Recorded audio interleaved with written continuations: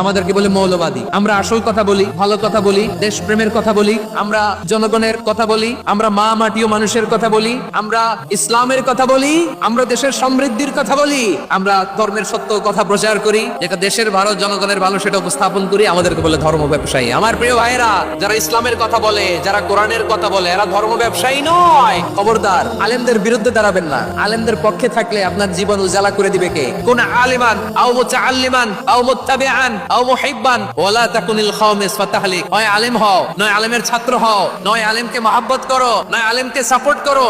এই চারটা করো, 5 নাম্বার হয়ো না, আলেম বিদ্বেষী হয়ো না, তাহলে দুনিয়াও শেষ, আখিরাতও শেষ। চিল্লায় বলো ঠিক কিনা? খবরদার, নিজেকে ইসলামের বিরুদ্ধে দাঁড় করাবেন না। এদেশের আসল পরিচয় ইসলাম। এদেশের আসল পরিচয় কি?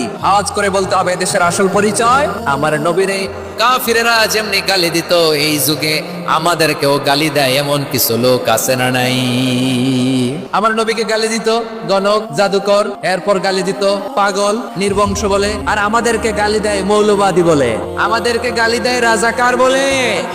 রাজাকার শব্দটা তো এখন একটা অ্যাওয়ার্ড হয়ে গেছে, অ্যাওয়ার্ড। সুবহানাল্লাহ, সুবহানাল্লাহ। পরিস্থিতি পাল্টে দিতে আল্লাহর সময় লাগে না। চিল্লায় বলেন ঠিক কিনা?